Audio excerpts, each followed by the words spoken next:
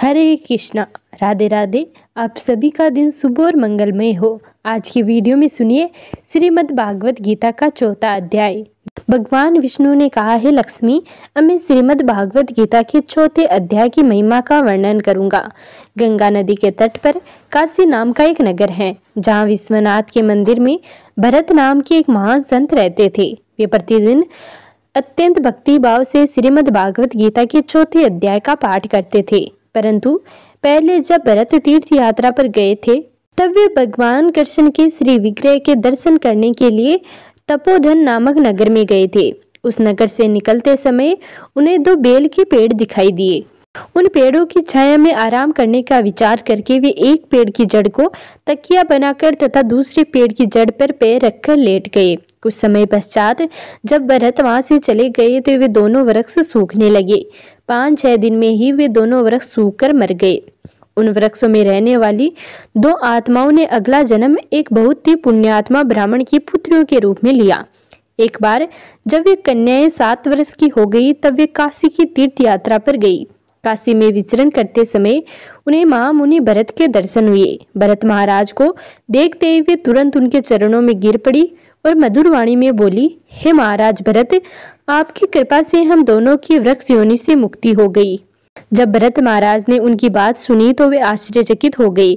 उन्होंने उनसे पूछा, मेरी प्रिय पुत्रियों, मैं तुम लोगों के संपर्क में कब और कहाँ आया तथा तुम्हें वृक्ष योनि से मुक्त किया? कृपया मुझे यह भी बताओ कि तुम वृक्ष योनि को कैसे प्राप्त हुई, क्योंकि मैं इस विषय में कुछ भी नहीं जानता। तत्पश्चात उन दोनों कन्याओं ने सबसे पहले भरत महाराज को वृक्ष योनि प्राप्त होने का कारण बताया। दोनों लड़कियों ने कहा, महाराज, गोदावरी नदी के तट पर चिन्छाप नाम का एक पवित्र स्थान है।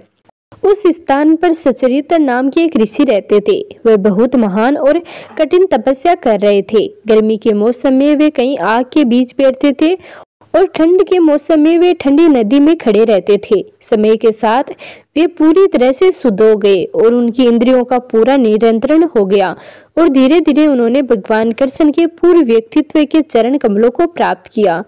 भगवान ब्रह्मा ने सचरित्र के दर्शन करने के लिए प्रतिदिन जाना शुरू कर दिया और भगवान कृष्ण की भक्ति के बारे में उनसे प्रश्न पूछे। इस बीच भगवान इंद्र सचरित्र की उच्च स्थिति को देखकर बहुत चिंतित हो गए थे।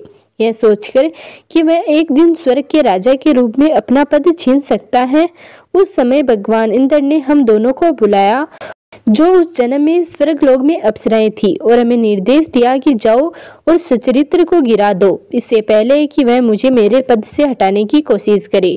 भगवान इंद्र की आज्ञा पाकर हम उनके पास से विदा होकर गोदावरी नदी के तट पर गए, जहाँ सचरित्र तपस्या कर रहे थे।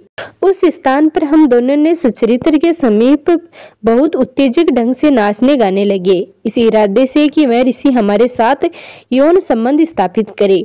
नृत्य करते समय हमारा ओढ़ना नीचे खिसक गया और हमारे स्तन दिखाई देने लगे। उस समय उस ऋषि ने हाथ में जल लेकर हमें निम्न शब्दों में श्राप दिया, तुम दोनों गंगा नदी के किनारे बेल के पेड़ बन जाओ। उनका श्राप सुनकर हम दोनों उनके चरणों में गिर पड़े और उनसे क्षमा मांगने लगे, मेरे प्यारे ऋषिवर, कृपया हमें क्षमा करें, क्योंकि हम केवल भगवान इंद्र के सेवक हैं। हमारे विनम्र रवैये को देखकर वह ऋषि प्रसन्न हुए और हमें बताया कि जब तक महाराज भरत हमारे संपर्क में नहीं आते, हम पेड़ ही बने रहेंगे। और उन्होंने हमें यह भी आशीर्वाद दिया कि हम अपने पिछले जन्मों को याद करने में सक्षम होंगे। मेरे प्रिय महाराज भरत, जब आप तपोवन में गए थे तब आपने हमारे नीचे विश्राम किया था। जब हम बेल वृक्ष के रूप में थे, तब आप श्रीमद् भागवत गीता के 4थे अध्याय का पाठ कर रहे थे, और उस पाठ को सुनकर हम न केवल उस जीवन के वृक्ष रूप से मुक्त हो गए और एक भक्त परिवार में जन्म प्राप्त किया, बल्कि इस भौतिक संसार में आनंद लेने की हमारी सारी इच्छा भी समाप्त हो गई।